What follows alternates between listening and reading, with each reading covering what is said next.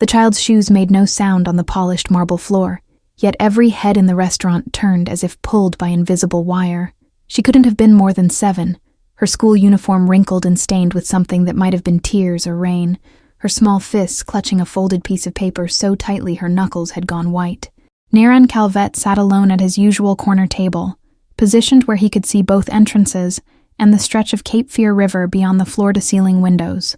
The amber glow from vintage Edison bulbs cast shadows across his angular features, highlighting the scar that traced his left eyebrow. The girl moved through the restaurant like a ghost, navigating a world that had already forgotten her. She passed tables where men in $1,000 suits discussed shipping contracts and real estate deals, where women draped in silk laughed at jokes that weren't funny. His bodyguard stepped forward from his position near the kitchen entrance, one hand moving instinctively toward his jacket.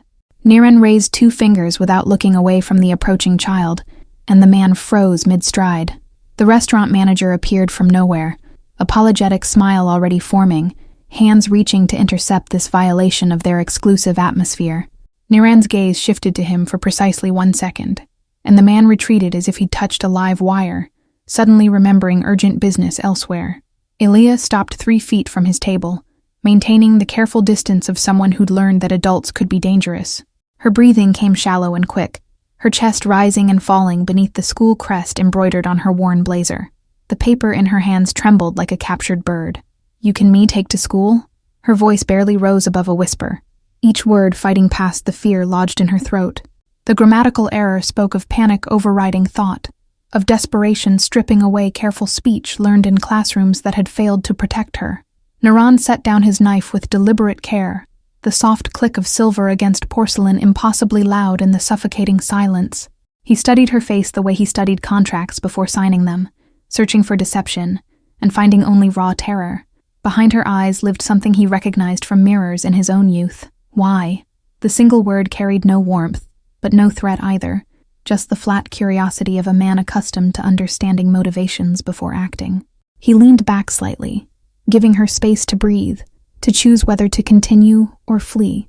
Ilia's hands shook harder as she unfolded the paper, smoothing it against her chest before extending it toward him. The movement exposed a bracelet of bruises circling her thin wrist, purple and yellow marks that formed the unmistakable pattern of adult fingers. She didn't seem to notice his attention shift to them. "They push me every day. They say mean things and nobody stops them." The words tumbled out faster now, like water breaching a dam. "And there's a man in a black car who follows me home and he knows where I live." Niran took the paper from her trembling fingers, his movements slow and measured. The page contained a child's drawing in fading crayon, a stick figure girl surrounded by larger figures with angry scribbled faces, and off to the side, a black rectangle with circles for wheels. In the corner, written in wobbly letters, was an address he recognized from the east side. "I told my teacher and she said I'm being dramatic. I told the principal and he said kids need to learn to solve their own problems."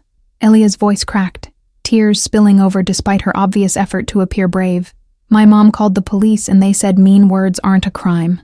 The restaurant had become a tableau of frozen voyeurs, every person present aware they were witnessing something that would be discussed in whispers for weeks. Niran folded the drawing carefully, creasing it along lines that had already been folded and refolded countless times, evidence of a child seeking courage and preparation. Why me? He asked the question that mattered, the one that separated random desperation from calculated choice. His reputation wasn't secret. Everyone in Wilmington knew his name and what it meant. What happened to people who earned his attention for the wrong reasons? Elia wiped her eyes with the back of her hand, leaving a smear of dirt across her cheek. "Because everyone is scared of you. And I thought maybe if they're scared of you, they'll be scared to hurt me."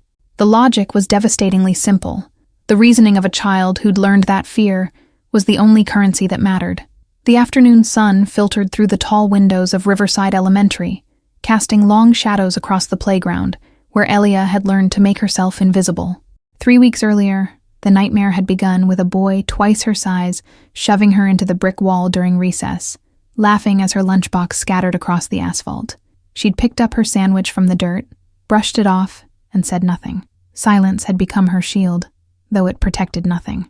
The attacks grew bolder, textbooks knocked from her desk, her backpack thrown into the girls' bathroom toilet, whispered threats about what would happen if she told.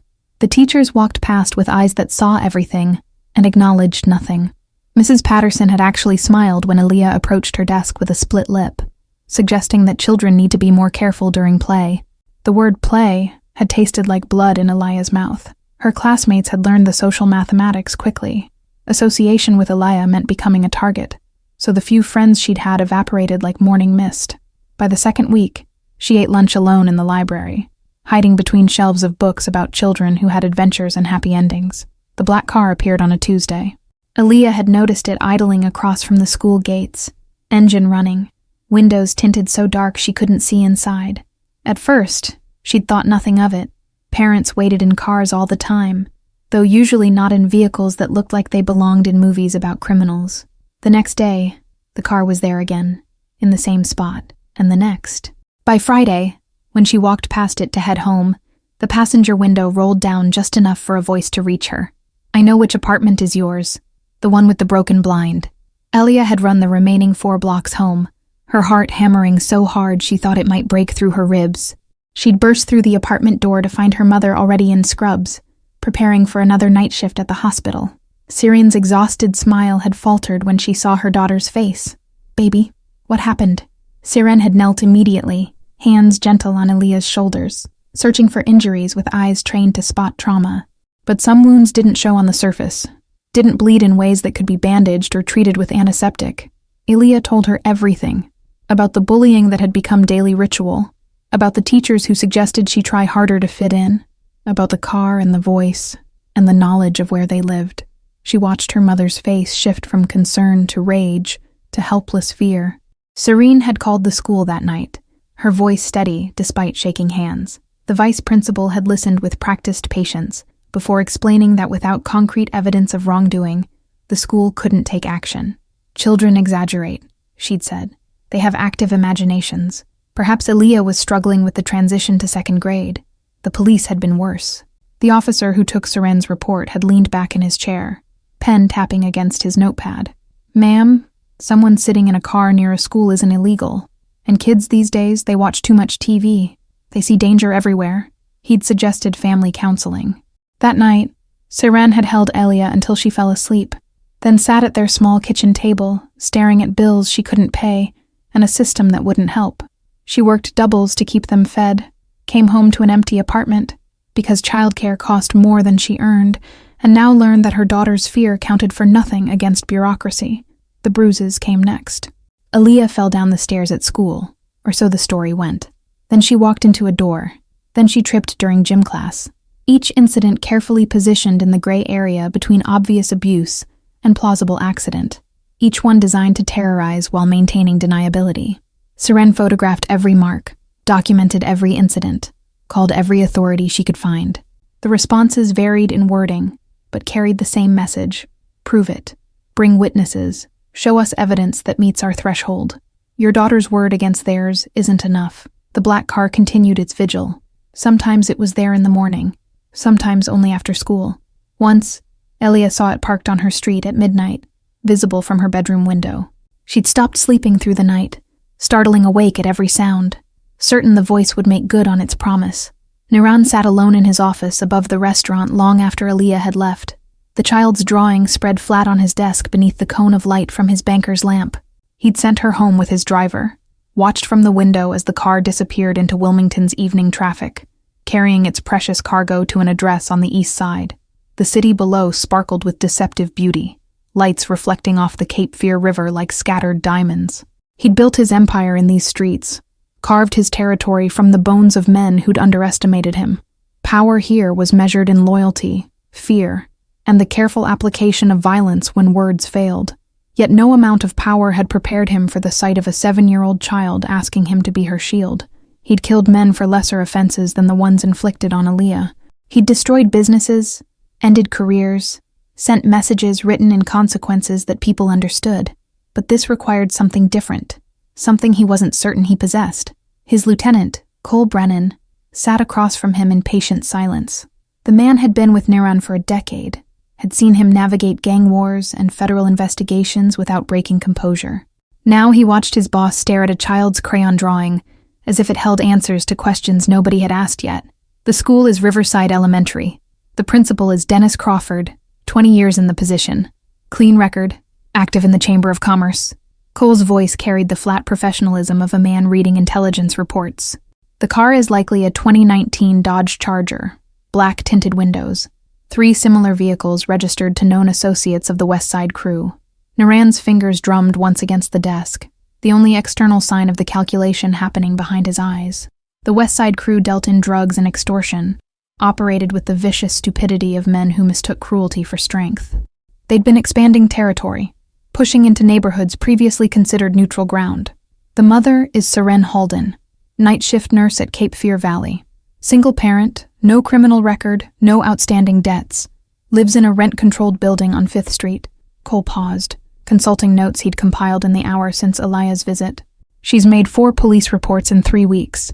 None resulted in action. The detail about the police reports landed like a stone in still water.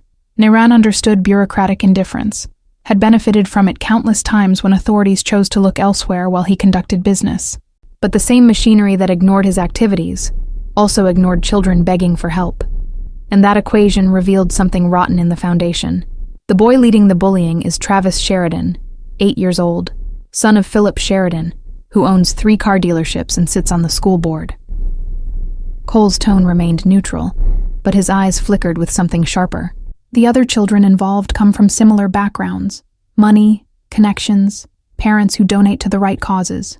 Naran absorbed this, fitting pieces into patterns he recognized. The world ran on protection, those who had it and those who didn't.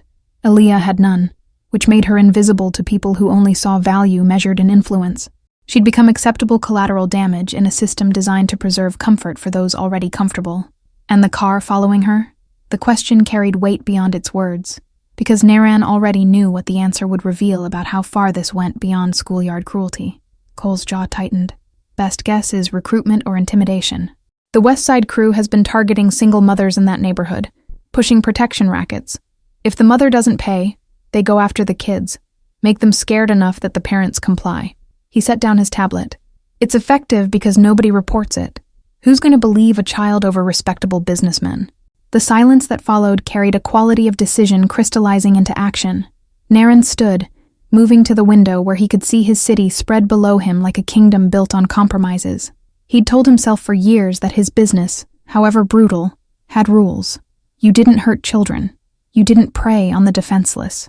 You kept the violence between those who chose this life. But the truth staring back at him from the river's reflection was uglier. His rules meant nothing to people like Travis Sheridan's father or the West Side crew.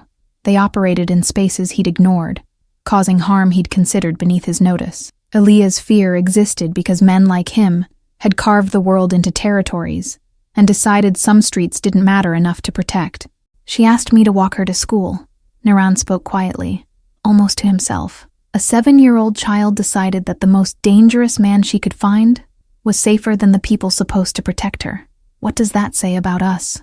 Cole stood, recognizing the shift in his boss's posture that meant orders would follow. What do you want me to do? The question opened doors to possibilities both men understood, without needing to articulate them. Naran turned from the window, his face settling into the expression that made grown men reconsider their life choices. But beneath the calculated intimidation lived something newer. Something that felt uncomfortably like purpose awakening after a long sleep. Tomorrow morning, 8 o'clock. I'm taking her to school. Dawn broke over Wilmington with the kind of golden light that made the city look innocent, as if the darkness that thrived in its corners couldn't survive the clean wash of morning. Naran's car moved through empty streets, while most of the world still slept. The engine's purr the only sound besides gulls crying over the river. He'd chosen the sedan instead of the SUV his security preferred, something that looked expensive but not ostentatious. The goal wasn't to arrive like an invading army, but to deliver a message written in presence rather than spectacle. Cole sat in the passenger seat, silent and alert, his eyes scanning every intersection they passed. Aaliyah's apartment building rose from a block of similar structures, all wearing the same expression of dignity, fighting a losing battle against time and neglect. The brick facade had once been red, but had faded to the color of dried roses. Window air conditioners jutted from random openings like metal tumors.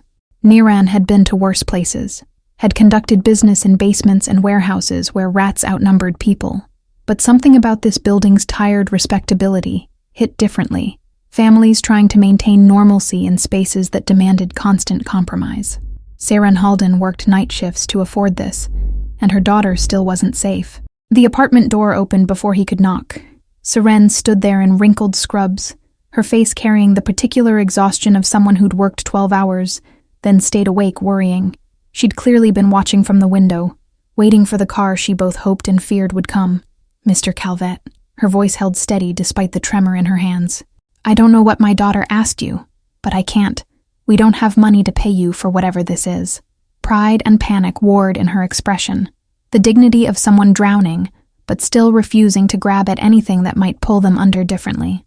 Niran met her eyes with the directness that made most people look away. She asked me to walk her to school because she's terrified and nobody else would help. I'm not here for money. The words came out harder than he'd intended.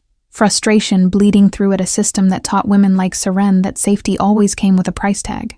Elia appeared behind her mother, already dressed in her uniform, backpack clutched against her chest like armor. She'd clearly been ready for an hour, afraid that being late might make him change his mind.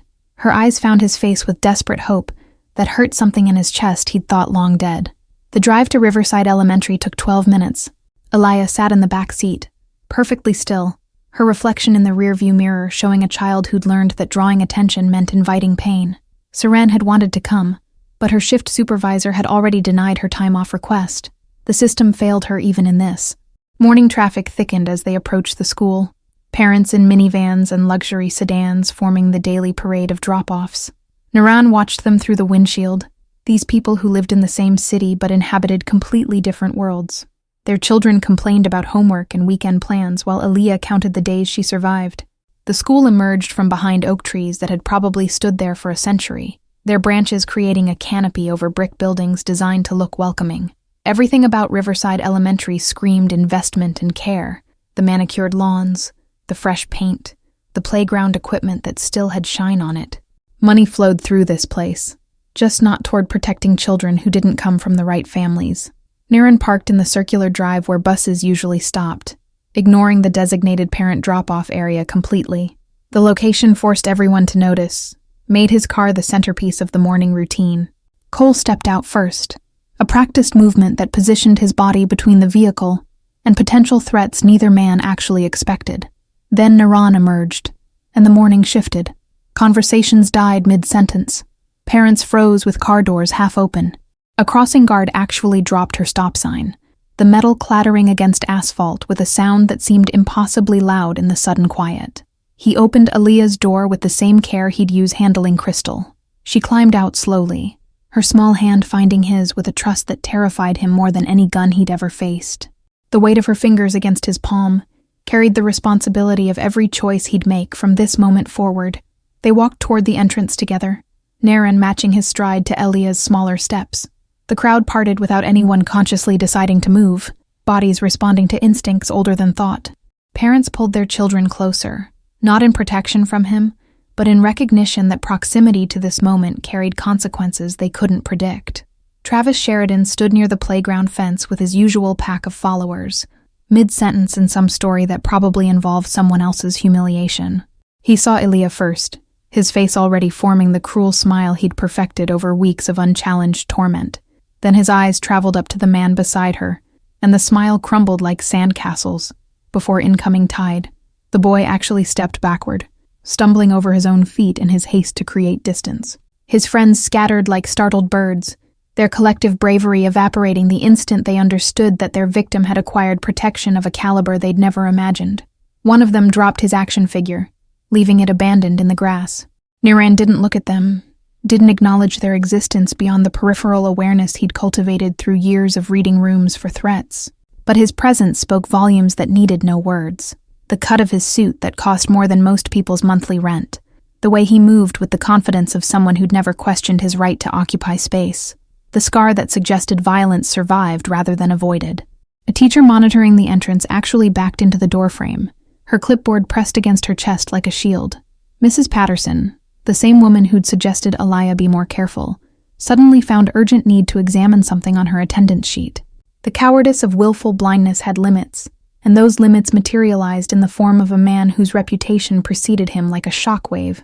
Principal Crawford appeared as if summoned, his administrator's smile already in place before he'd fully processed the scene developing on his campus. He was a man in his 50s who'd perfected the art of managing parents through careful platitudes and strategic deferrals, a career built on maintaining peace through avoiding accountability. "Good morning. Welcome to Riverside. I don't believe we've had the pleasure." Crawford's greeting died when recognition hit. His face went through a fascinating progression of emotions: confusion, realization, fear, and finally the desperate calculation of someone trying to remember if he'd recently offended anyone who might warrant this particular visit. Naren reached into his jacket with deliberate slowness, giving everyone time to notice, to wonder, to consider possibilities both mundane and terrible. What emerged was a manila envelope, thick with contents that suggested documentation rather than threat. He held it out to Crawford with the air of someone delivering a subpoena. "This contains formal complaints about student harassment, documented incidents of physical assault, and records of every report Mrs. Halden filed that your staff chose to ignore." Niran's voice carried across the parking lot, ensuring everyone present heard every word. "Also included is a check for $50,000 designated specifically for your school's anti-bullying and student safety programs." Crawford took the envelope with shaking hands, his face now displaying the unique expression of someone who'd just been publicly backed into a corner of their own making. The donation was simultaneously a gift and an indictment, generosity that highlighted previous neglect. Refusing it would confirm everything Niran implied, while accepting it meant acknowledging the failures being corrected. "There's one more thing inside." Niran's tone dropped to conversational level, meant only for Crawford, though others strained to hear. "A list of every lawyer in Wilmington who specializes in negligence suits against educational institutions. Consider it informational, in case Mrs. Halden decides her daughter's documented suffering warrants legal remedy." The principal's Adam's apple bobbed as he swallowed. His carefully maintained authority had been stripped away in minutes, replaced by the cold understanding that consequences he'd successfully avoided were now circling back with interest. The parents watching would talk, the school board would hear, and his comfortable pattern of minimum intervention had just become untenable. Aaliyah stood silent throughout this exchange, her hand still in Naran's, watching the adults around her scramble to respond to pressure they'd never felt necessary to apply on her behalf. She'd learned early that justice was selective, that protection flowed to those who already had power. Now that equation had reversed, and every person who dismissed her was being forced to recalculate. "I expect Aaliyah's experience at this school to improve dramatically." Niran's final statement wasn't a threat, because threats implied possibility of non-compliance. This was simply reality being dictated by someone with the power to ensure it manifested. "If it doesn't, I'll take a more personal interest in how this institution operates." 3 days passed before Seren found the courage to enter the restaurant. She'd walked past it twice, her feet carrying her to the corner before her nerve failed, and she continued to the bus stop instead. The building intimidated her with its polished glass and valet parking, a world she visited only as staff, never as guest. But gratitude had weight, and some debts demanded acknowledgement even when payment was impossible. Her daughter had slept through the night for the first time in weeks, had come home from school with a story about eating lunch in the cafeteria without anyone bothering her. That miracle deserved more than silence. The maitre d' intercepted her 2 steps past the entrance, his professional smile already forming words of polite rejection. She wore her nicest dress, the navy one she saved for parent-teacher conferences, but next to the other patrons in their evening finery, she might as well have been wearing uniform scrubs. "I need to speak with Mr. Calvert." The words came out firmer than she'd intended, powered by the same steel that got her through double shifts and eviction notices. "Please tell him Seren Halden is here." She met the man's eyes and refused to look away, refused to accept dismissal without at least trying. Something in her expression must have registered, because the maitre d' paused, reassessed, then nodded toward the bar. "Wait here." He disappeared through a doorway partially hidden behind an ornate mirror, leaving Seren to stand awkwardly near the entrance while well-dressed strangers pretended not to notice her. The restaurant's interior was beautiful, in a way that felt almost aggressive, crystal chandeliers that probably cost more than a year's rent, artwork she recognized from a museum field trip Aaliyah had taken in 1st grade, silverware that caught the light like small blades. This was where power dined while discussing how to acquire more of it. Naran appeared from the same hidden doorway, his presence shifting the room's energy in ways Seren couldn't fully articulate. Conversations continued but grew quieter, as if people instinctively lowered their voices when he was near. He approached her with measured steps, his face revealing nothing of what he might be thinking. Mrs. Halden. He acknowledged her with a slight nod, then gestured toward a quieter corner away from the bar's traffic. You didn't need to come here. It wasn't dismissal, just statement of fact delivered in that same neutral tone he'd used when speaking to Principal Crawford. Seren followed him to a small table near the windows where the Cape Fear River caught the last rays of sunset, turning the water into molten copper. Up close, she could see the details the distance at her apartment had obscured, the gray threading through his dark hair, the lines around his eyes that suggested exhaustion hiding behind control, the way his expensive watch sat loose on his wrist as if he'd recently lost weight. I needed to thank you. For Aaliyah, the words felt inadequate, too small to carry the magnitude of what he'd done. She's been going to school without crying. That's not something I've been able to say in a month. Her voice cracked, despite her effort to keep it steady.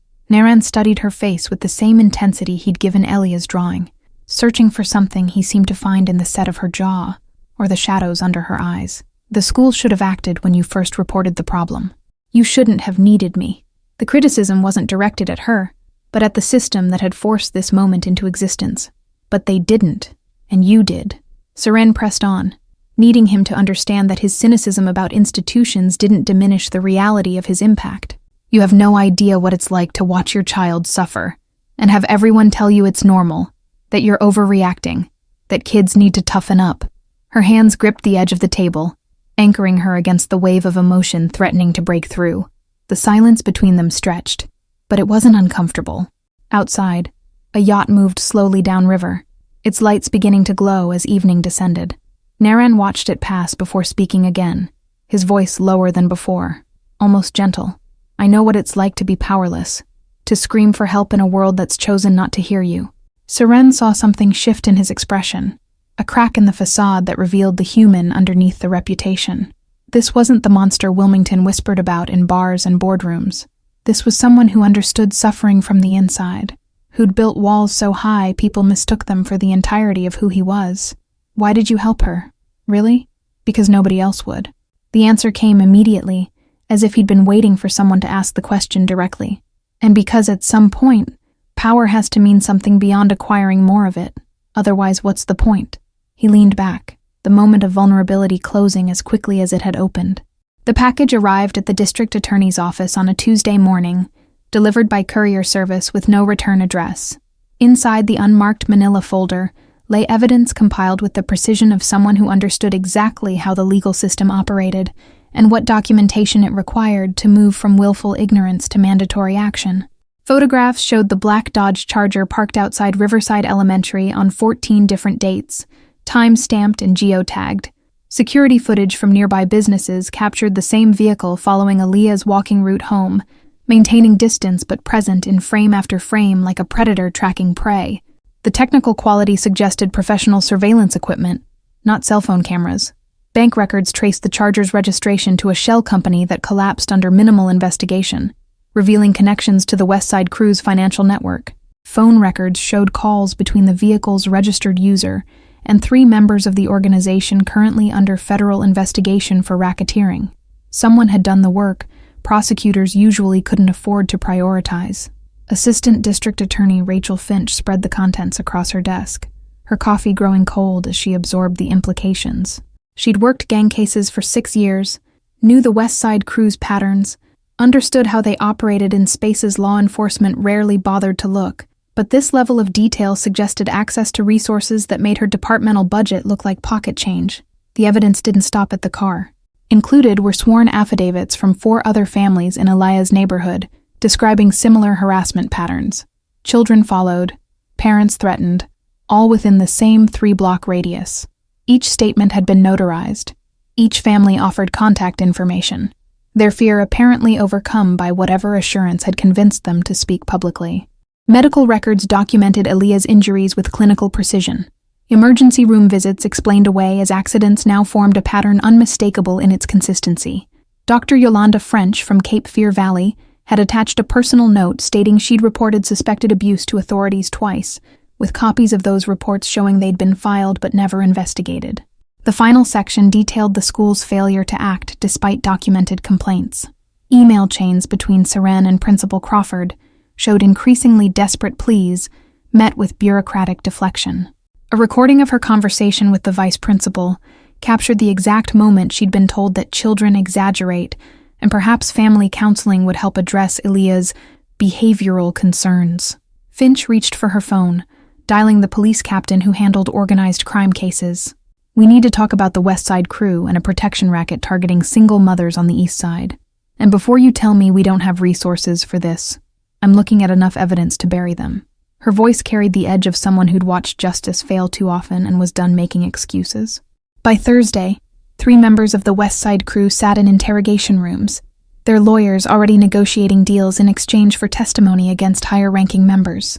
The organization's protection racket unraveled with surprising speed once prosecutors applied actual pressure, revealing a network that had operated openly for months because nobody with power had bothered to look. Friday's newspaper carried the headline, "District Attorney Announces Major Gang Bust, Following Tips About Child Endangerment." The article detailed arrests, pending charges, and the DA's promise to investigate why earlier complaints had been ignored. Finch gave interviews speaking about systemic failures and renewed commitment to protecting vulnerable populations. Nobody mentioned the anonymous evidence delivery. Nobody questioned why gang members' phones had been tapped without official warrants, or how surveillance footage had been obtained from businesses that hadn't willingly cooperated with police requests in years. The investigation's origins remained deliberately vague, a gift horse whose mouth nobody wanted to examine too closely. Serene read the article 3 times, sitting at her kitchen table while morning light slanted through the window. Elia ate cereal across from her, swinging her legs in a way she hadn't done in weeks, the constant tension finally beginning to leave her small body. The black car wouldn't be coming back, and somehow they both knew it. That evening, Serene left work early for the first time in months, using personal time she'd been hoarding for emergencies. She walked to the restaurant by the river, not to go inside but simply to stand across the street and watch lights glow in the windows, where people who'd never known fear like hers enjoyed their evening meals. Gratitude didn't require acknowledgement, just the quiet recognition that some debts could never be repaid, only honored through living the life someone had made possible. Monday morning arrived with the kind of crisp autumn air that made Wilmington look like a postcard. Elia walked to school with her mother for the first time since the nightmare began, their hands linked. Serene's shift schedule miraculously adjusted after a conversation with her supervisor that she still didn't fully understand. The hospital's administrative wheels didn't usually turn in favor of single mothers, but apparently they had this time. The school grounds had transformed in subtle ways that only someone who'd experienced the before could truly appreciate. Teachers stood visible at designated monitoring posts during arrival and dismissal, their presence no longer decorative but functional. A new security protocol required all vehicles to display identification, with unauthorized cars reported immediately to administration. Travis Sheridan attended classes now from a different section, his schedule rearranged so his path never crossed Elia's. His father had withdrawn from the school board citing personal commitments, though rumors suggested Principal Crawford had made remaining untenable through conversations about liability and institutional reputation. Money still talked, but apparently it had learned to speak in Aaliyah's favor. The girl who'd once eaten lunch hiding in the library now sat at a table near the windows with 2 other children who'd been quietly reassigned to her class. They weren't friends yet, but proximity without threat was its own kind of miracle. She laughed at something one of them said, the sound carrying across the cafeteria like proof of concept. Mrs. Patterson had been transferred to administrative duties, her classroom teaching responsibilities reassigned pending review of her student supervision practices. The official explanation cited workflow optimization, but everyone understood the real message. Failure to protect children now carried consequences, even for teachers who'd grown comfortable with selective blindness. Naren watched from his car parked a block away, positioned where he could see the school entrance without being obvious about it. He'd been coming each morning for 2 weeks, a routine he couldn't quite justify, but also couldn't seem to break. Cole had stopped asking why, simply accepted that this stretch of surveillance had become part of their daily pattern. Elia emerged from the building at dismissal with her backpack bouncing against her shoulders, moving with the lightness of someone who'd been released from invisible chains. She paused at the gate, scanning the street with practiced caution. Then her face broke into a smile that transformed her completely. Not because she saw him.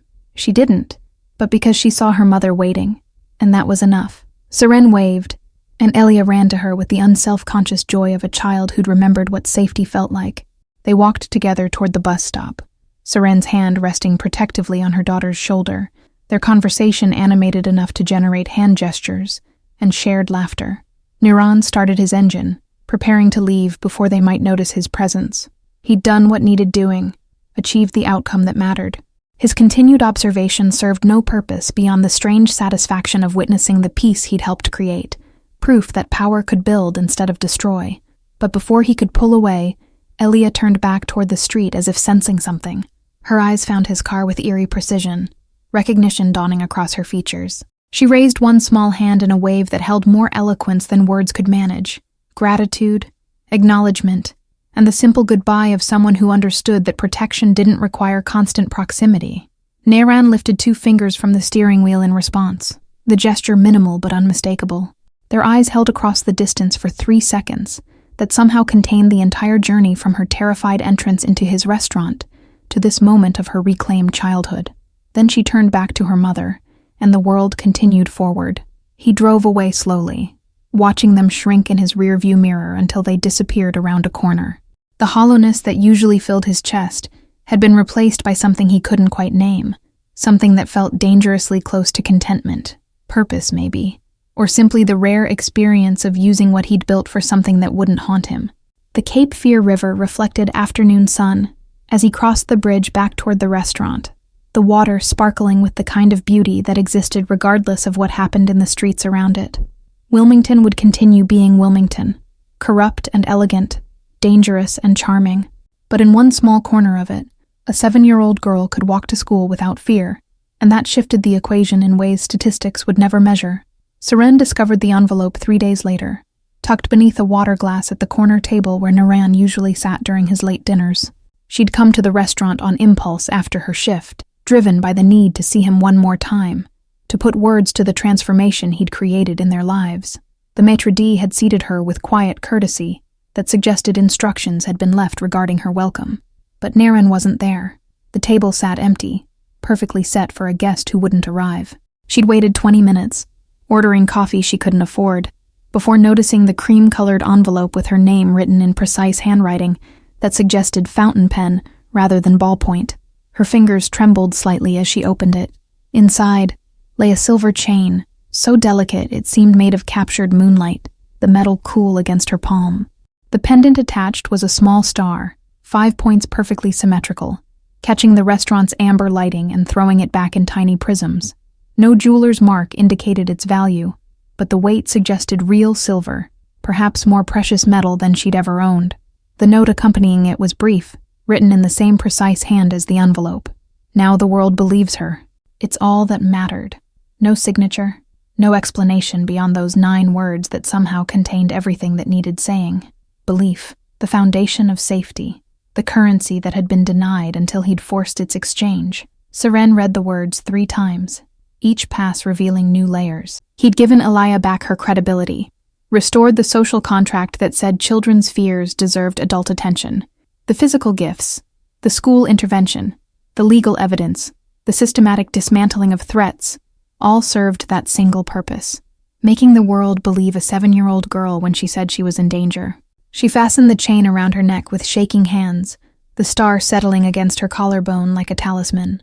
Through the restaurant's windows, the Cape Fear River moved in its eternal rhythm, indifferent to human drama playing out along its banks. Somewhere in this city, a man who terrified hardened criminals had decided that one child's nightmare mattered more than maintaining his careful distance from consequences. The waiter appeared with a fresh coffee she hadn't ordered, setting it down with a small nod toward the window. He wanted you to know he appreciated your visit.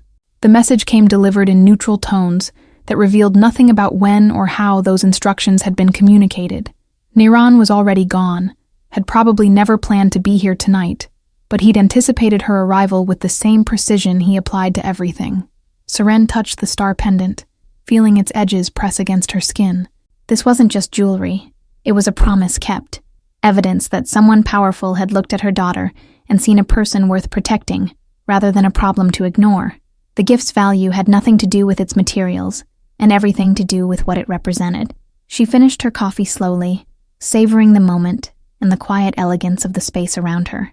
People at other tables conducted their business dinners and romantic evenings, oblivious to the fact that someone had recently sat in this very spot and decided to weaponize his influence for mercy instead of profit. The world continued its rotation, But in one small orbit, everything had fundamentally changed. Outside, Wilmington's evening unfolded in familiar patterns.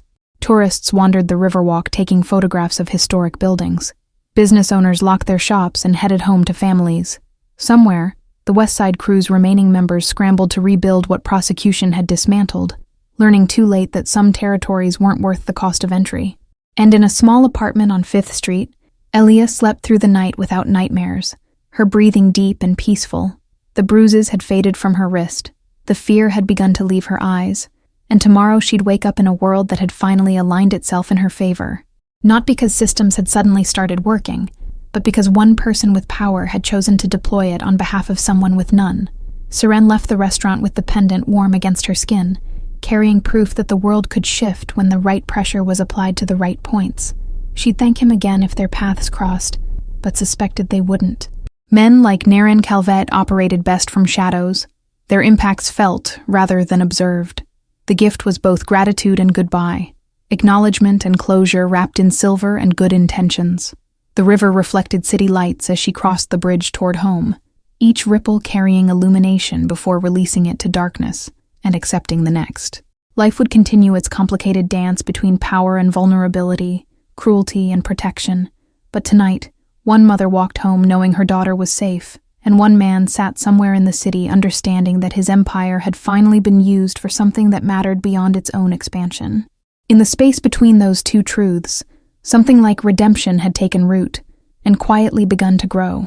Thank you all for following this story. If you enjoyed it, write in the comments where you're watching from, and don't forget to like, subscribe, and share this video. Your support means everything and helps me continue bringing you more stories like Aaliyah and Naren's. Did this story change how you think about power and protection? Let me know below.